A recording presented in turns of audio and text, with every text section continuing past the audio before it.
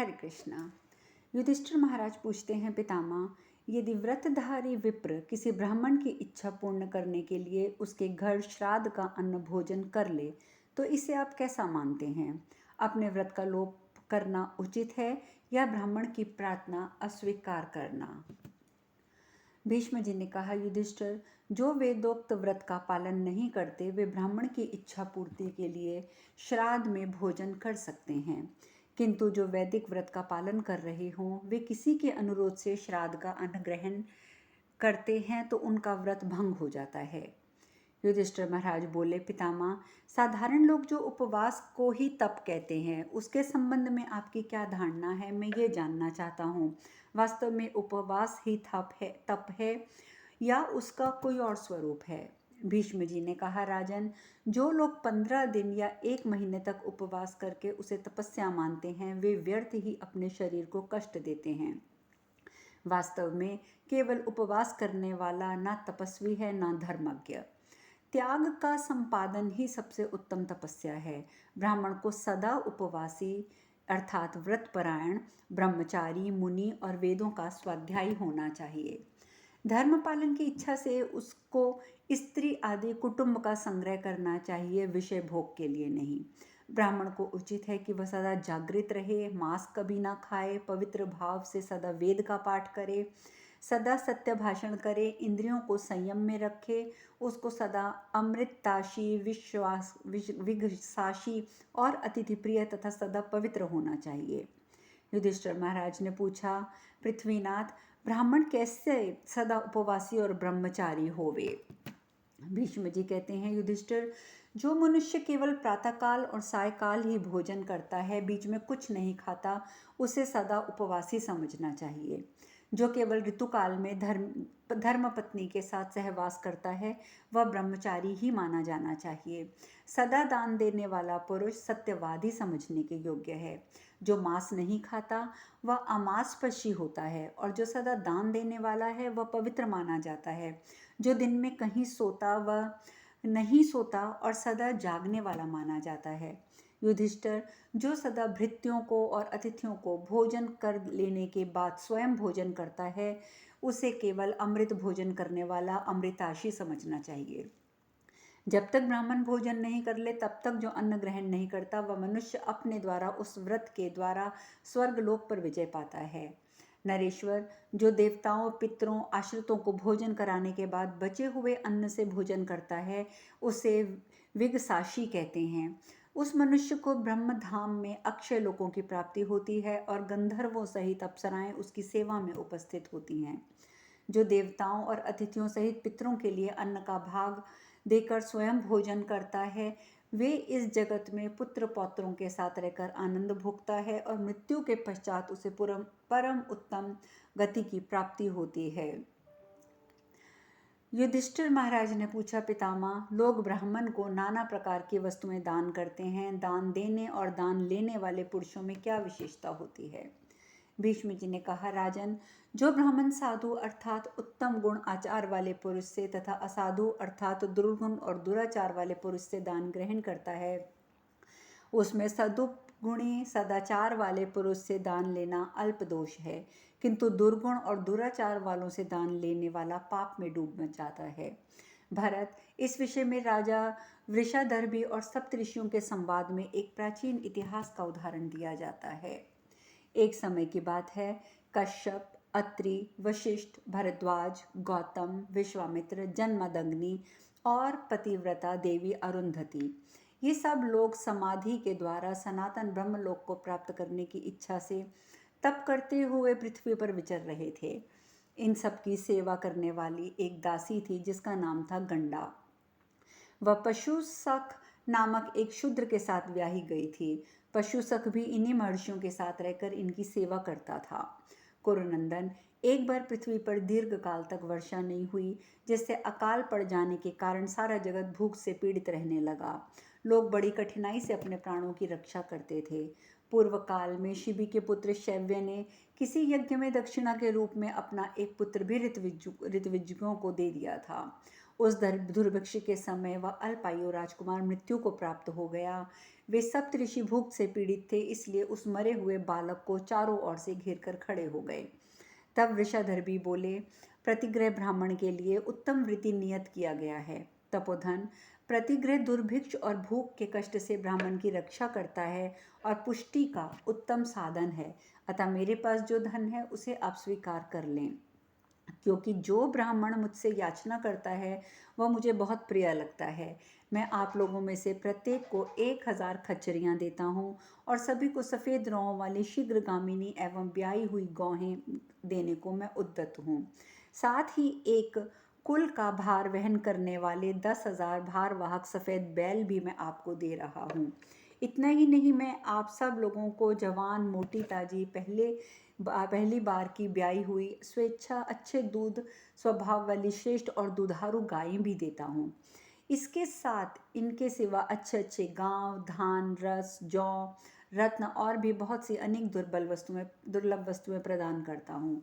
बताइए मैं आपको क्या दूँ? आप इस अभक्ष्य वस्तु के भक्षण में मन ना लगावें।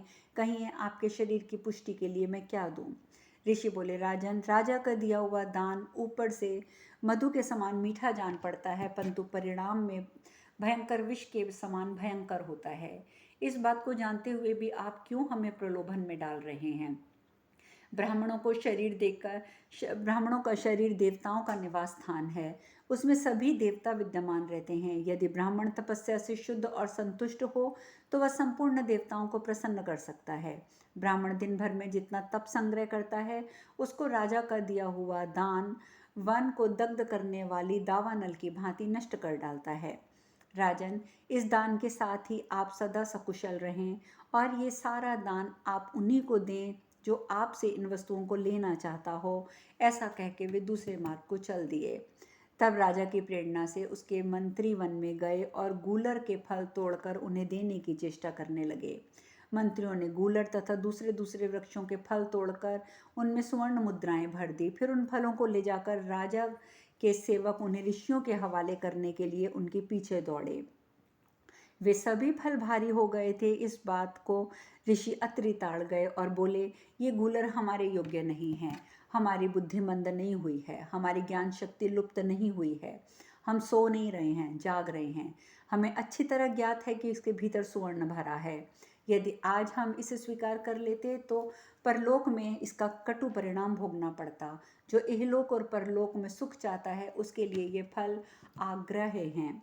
वशिष्ठ बोले, एक निष्क अर्थात स्वर्ण मुद्रा का दान लेने से 100,000 निष्कों के दान देने का दोष लगता है। ऐसी दशा में जो बहुत से निष्क ग्रहण करता है उसको तो घोर पाप योनि में गिरना पड़ेगा। कश्यप जी ने कहा, इस पृथ्वी पर जितने धान, जौ, स्वर्ण, पशु और स्त्रियां हैं वे सब किसी एक पुरुष को मिल जाएं तो भी उसे संतोष न होगा। ये सोचकर विद्वान पुरुष अपने मन की तृष्णा को शांत करे। भरद्वाज जी बोले, जैसे उत्पन्न हुए मृग के सींग उसके बढ़ने के साथ साथ बढ़ते हैं, उसी प्रकार मनुष्य की तृष्णा सदा बढ़ती रहती है, उसकी कोई सीमा नहीं है। गौतम ने कहा, संसार में ऐसा कोई द्रव्य नहीं है जो मनुष्य की आशा का पेट भर सके। पुरुष की आशा समुद्र के समान है, वह कभी भरती ही नहीं। विश्वामित्र बोले, किसी वस्तु की कामना करने वाले मनुष्य की एक इच्छा जब पूरी होती है तब दूसरी नई इच्छा उत्पन्न हो जाती है। इस प्रकार तृष्णा तीर की तरह मनुष्य के मन पर चोट करती रहती है।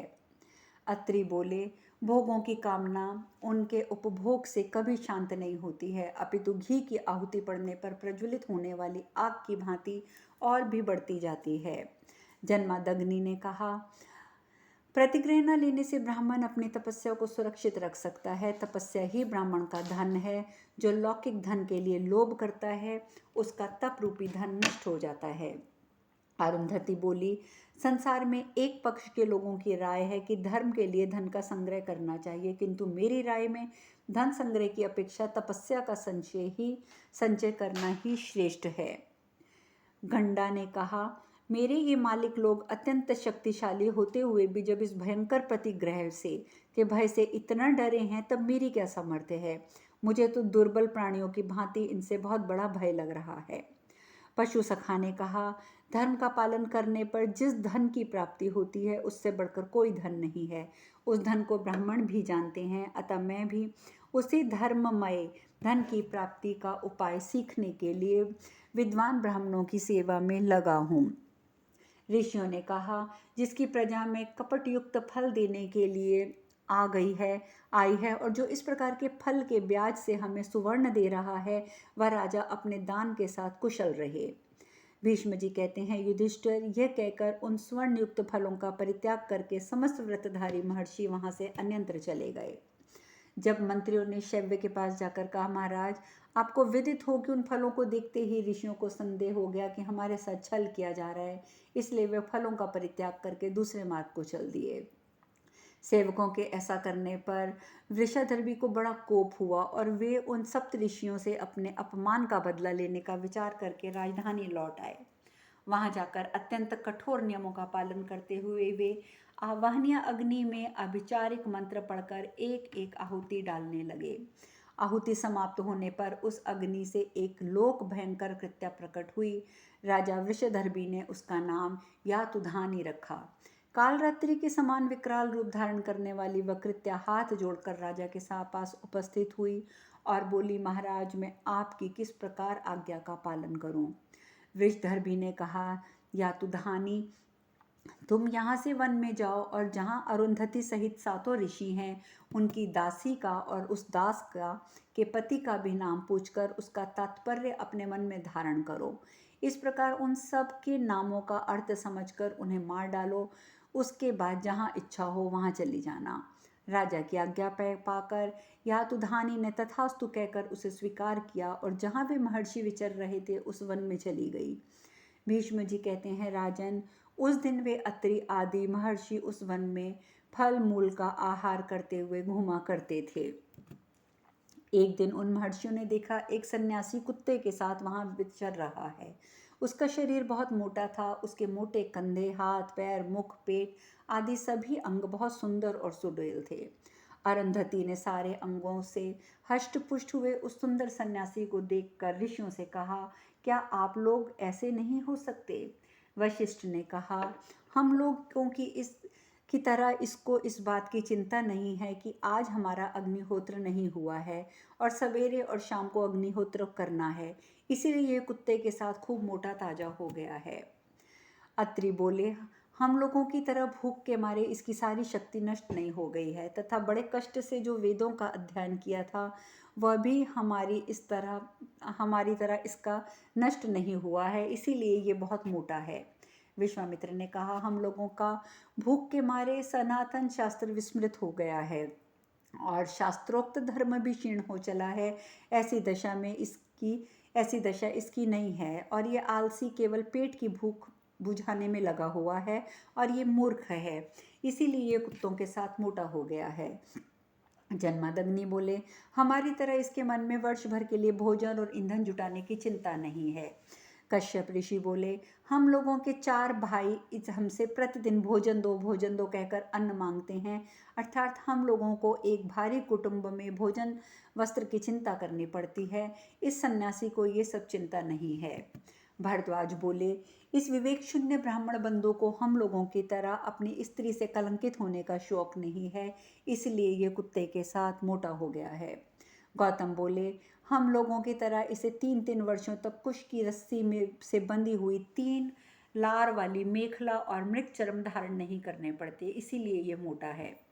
भीष्म जी कहते हैं, राजन, कुत्ते सहित आए हुए उस सन्यासी ने जब महर्षियों को देखा तब वह उनके पास आकर सन्यास की मर्यादा के अनुसार उनका हाथ से स्पर्श किया। तदंतर वे एक दूसरे को अपना कुशल समाचार बताते हुए बोले, हम लोग अपनी भूख मिटाने के लिए इस वन में भ्रमण कर रहे हैं। ऐसा कहकर वे साथ ही साथ वहां से चल पड़े। इन सब के निश्चय और कार्य एक ही थे। वे सब फल मूल का संग्रह करके उन्हें साथ लिए वन में विचर रहे थे। एक दिन घूमते फिरते हुए उन महर्षियों को एक सुंदर सरोवर दिखाई पड़ा, जिसका जल बड़ा ही स्वच्छ और पवित्र था। उसके चारों किनारों पर सघन वृक्षों की पंक्तियां शोभा पा रही थी। प्रातःकालीन सूर्य के समान अरुण रंग के कमल पुष्प उस सरोवर की शोभा बढ़ा रहे थे और वैदुर्यमणि की सी कांति वाले कमलिनी के पत्ते उसके चारों ओर छाए थे। नाना प्रकार के विहंगम कलरव करते हुए उसकी जल राशि का सेवन करते थे। उसमें प्रवेश करने के लिए एक ही द्वार था, उसकी कोई वस्तु नहीं ली जा सकती थी। उसमें उतरने के लिए बहुत सुंदर सीढ़ियाँ बनी हुई थी। वहाँ काई और कीचड़ का तो नाम भी नहीं था। राजा वृषधर्भ की भेजी हुई भयानक आकार वाली यातुधानी कृत्या उस तालाब की रक्षा कर रही थी।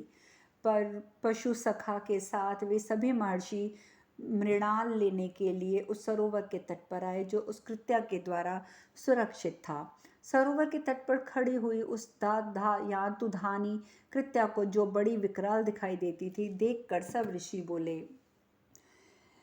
अरे तू कौन है? किसके लिए यहाँ अकेली खड़ी है? यहाँ तेरे आने का प्रयोजन क्या है? ये सरोवर के तट पर रहकर तू कौन सा कार्य सिद्ध करना चाहती है? यातुधानी बोली, तपस्वियों, मैं जो कोई भी हूँ, तुम्हें मेरे विषय में पूछताछ करने की कोई अधिकार नहीं है। तुम इतना ही जान लो कि मैं इस सरोवर का संरक्षण करती हूँ। ऋषि बोले, भद्रे, इस समय हम लोग भूख से व्याकुल हैं और हमारे पास खाने के लिए कोई दूसरी वस्तु नहीं है। अतः यदि तुम अनुमति दो तो हम सब लोग सरोवर में से कुछ मृणाल ले लें। यातुधानी ने कहा, ऋषियों, एक शर्त पर तुम इस सरोवर में से इच्छा अनुसार मृणाल ले सकते हो। एक एक करके आओ, मुझे अपना नाम और तात्पर्य बताकर मृणाल ले लो। इसमें विलंब करने की आवश्यकता नहीं। भीष्म जी कहते हैं, राजन, उसकी ये बात सुनकर महर्षि अत्रि समझ गए कि यह राक्षसी कृत्या है और हम सब ऋषियों का वध करने की इच्छा से यहाँ आई है। तथापि भूख से व्याकुल होने के कारण उन्होंने इस प्रकार उत्तर दिया। अत्रि बोले, कल्याणी, काम आदि शत्रुओं से त्राण करने वाले को अरात्रि कहते हैं और अतः मृत्यु से बचाने वाले को अत्रि कहते हैं। इस प्रकार मैं ही अरात्रि होने के कारण अत्रि हूँ। जब तक जीव को एकमात्र परमात्मा का ज्ञान नहीं होता तब तक की अवस्था रात्रि कहलाती है, और उस अज्ञान अवस्था से रहित होने के कारण मैं अरात्रि एवं अत्रि कहलाता हूँ। संपूर्ण प्राणियों के लिए अज्ञात होने के कारण भी जो रात्रि के समान है, उस परमा तत्व में मैं सदा जागृत रहता हूँ, अतः वह मेरे लिए अरात्रि के समान है। इस व्युत्पत्ति के अनुसार भी मैं अरात्रि और अत्रि अर्थात ज्ञानी नाम धारण करता हूँ। यही मेरे नाम का तात्पर्य है। यातुधानी ने कहा, तेजस्वी महर्षि, आपने जिस प्रकार अपने नाम का तात्पर्य बताया है उसका मेरी समझ में आना कठिन है, अतः अब आप ये बताइए और तालाब में उतरिए। वशिष्ठ बोले, मेरा नाम वशिष्ठ है। इस सबसे श्रेष्ठ होने के कारण लोग मुझे वरिष्ठ भी कहते हैं। मैं गृहस्थ काल आश्रम में वास करता हूँ, अतः वशिष्ठता और वास के कारण ही तुम मुझे वशिष्ठ समझो। यातुधानी बोली, मुने, आपने जो नाम की व्याख्या की है उससे तो अक्षरों का उच्चारण करना कठिन है। मैं इस नाम को याद नहीं रख सकती। आप जाइए, तालाब में प्रवेश कीजिए। अब शेष कथा कल। हरे कृष्णा।